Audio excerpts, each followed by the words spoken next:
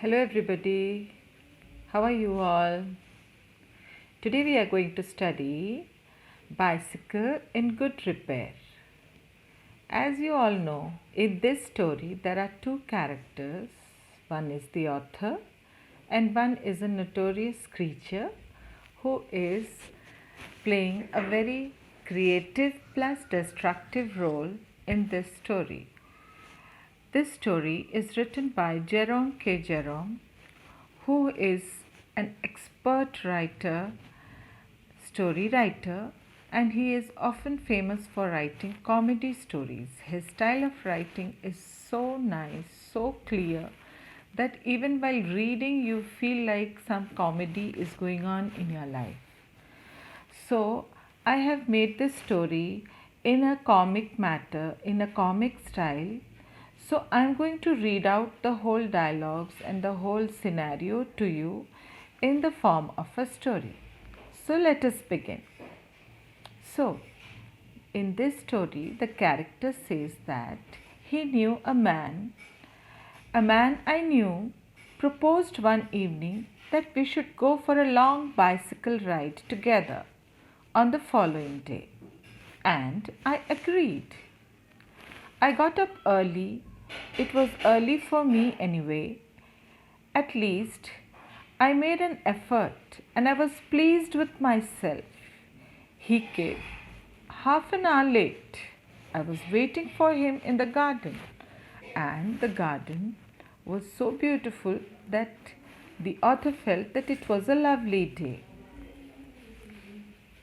And the person for whom he was waiting, that person arrived. And what was his comment? That's a good looking machine of yours. How does it run? The author says, oh, like most of them, I guess. Easily enough in the morning and goes a bit stiff after the lunch. This was the reply of the author. Then he says that person whom he had to accompany on a long ride, he caught hold of it by the front wheel and the fork and shook it violently. The front wheel wobbles. It doesn't if you don't wobble it, was the reply of the author. This is dangerous. Do you have a hammer? I ought to have been firm, but I thought that perhaps he really did know something about the business. Means he really knew something that the wobbling style is wrong. I went to the tool shed to see what I could find. When I came back, he was sitting on the ground with the front wheel between his legs. He was playing with it, twiddling it around between his fingers, and the remnant part of the machine was lying on the gravel path beside him. This completely stunned the author. Oh my God, he has separated the front wheel and he was playing very nicely. So from this, are you able to make any judgment? Try to make judgment. Do you find this creature to be destructive or creative? Were you also like this when you were a small child? Try to think about it. When some toys were given to you, what were you doing when the toys were given to you by your parents? You were also experimenting like this only. But see the daringness of this fellow, that he is taking somebody else's cycle and he is separating it. And what he says, let us see. It looks to me as if the bearings were all wrong. This is not I, this is the author who is saying. Don't you trouble about it anymore. You will make yourself tired. Let us put the back and get off. Now it is out. We may as well see what the matter with it is. And then you see what happens. He talked as though he had dropped out by accident, but before I could stop him, he had unscrewed something somewhere and out rolled all over the path, some dozen of little balls. Catch them, we must not lose any one of them. Those balls must have been important. He was quite excited about it. We grovelled round for half an hour and found only 16. I hope we have got them all, because if not, it would make a serious difference to the machine. I put them for safety in my hat. It was not a sensible thing to do, I admit. He then said that while he was about it, he would see to the chain for me, and he once again took off the gear case. Now he is taking off the gear case. I would like to try and dissuade you from that, please. The owner of the cycle is feeling very pathetic that he is damaging his cycle. People who don't understand nothing about machine talk less like that. So he is instructing that who doesn't know anything about machine, keep quiet. An experienced friend of mine once said to me solemnly, if anything goes wrong with your gear case, sell the machine and buy a new one. It comes cheaper. Nothing is easier than taking off a gear case. This was the reply. And now, common sense continued to whisper to me, stop him before he does any more mischief.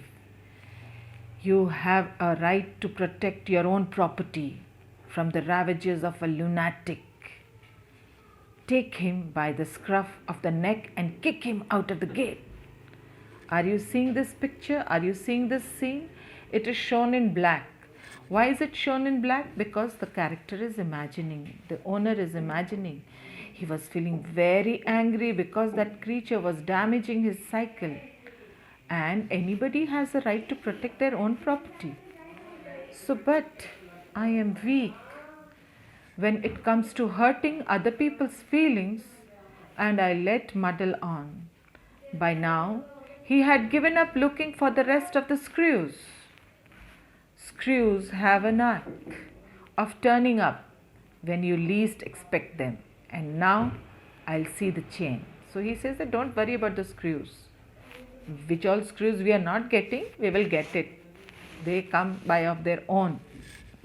So in this way, he is damaging each part of his cycle, and the owner is not able to criticize, he is not able to make any judgment, and he is quietly observing what the character is doing. He tightened it till it would not move. See what he has done. He has completely tightened it. Next, he loosened it until it was twice as loose as it was before. And then he changed the subject again. We better think about getting the front wheel back into its place again. I held the fork open, and he worried with the wheel. At the end of 10 minutes, I suggested he should hold the fork and that I should handle the wheel, and so we changed places.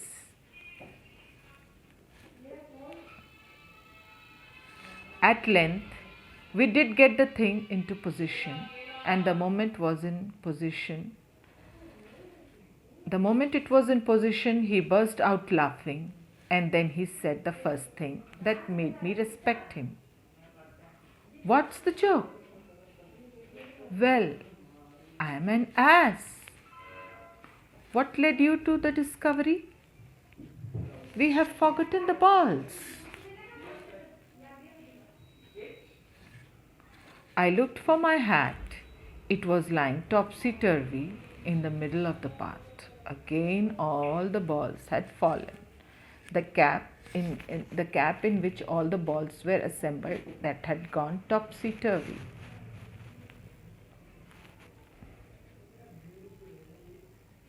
But that didn't dampen his spirit. He was of a cheerful disposition. Means he did not get irritated by that. He was in that same enthusiastic mood to struggle with the cycle. Well, we must put back all we can find and trust the providence. Trust the providence means trust God. Okay. And half an hour later, when the wheel was in its position again, it need hardly be added that it really didn't wobble. Now, a child might have noticed it. It would do for the present, I'm sure. Watching you do this is of real use of me, you know. It is not only your skill that fascinates me, it is your cheery confidence in yourself, your inexplicable hopefulness that does me good. So now he is praising him. Who? The owner. That your confident nature I like very much. Thus encouraged, he set to work to refix the gear case. And he was going on. He stood the bicycle against the house and worked from the off side. Then he stood it against a tree and worked from on the other side. Then you see what all positions he was changing, as if to show him that how fine he was working. Then I held it for him when he lay on the ground, with his head between the wheels, and worked at it from below and dropped oil upon himself. Then he looked it away from me and doubled himself across, and he lost his balance and slid over onto his head. So see what he is doing. He lost his temper and tried bullying the things. The bicycle, I was glad to see, showed spirit, and the subsequent proceeding degenerated into little else than a rough and tumble fight between him and the machine.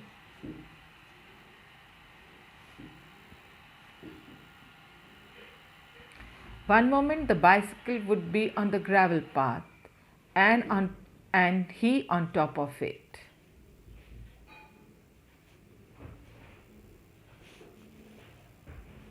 And the next position would be he revered on the gravel path, the bicycle on him. Now he would be standing,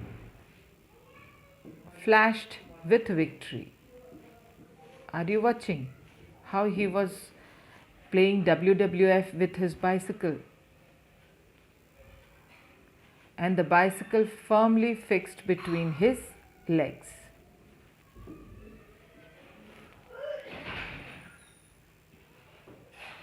But his triumph was for a short period only. What happened? By the sudden quick moment, it would free itself and turning upon him, hit him sharply over the head with one of his handles. So he hit, and the handle hit on him. At the 1:15, dirty and disheveled, cutting and bleeding, he rose and wiped his brow. I think that will do. The bicycle looked as if it had also had enough of it, which had received most punishment. It would have been difficult to say. I took into the back kitchen where, so far was possible, He cleaned himself, then I sent him home. I guess that this is what happens if machine has a will of its own and the mechanic knows next to nothing. I guess this is what happens if the machine that has a will of its own and the mechanic knows next to nothing. So this was the condition which the fellow had made to his cycle, and with this we come to an end to the lesson. Thank you all of you. So what do you feel? Should you give your things to anyone who knows nothing? I don't think so. So don't be foolish enough like the author, and don't be so innocent also. Bye. Thank you.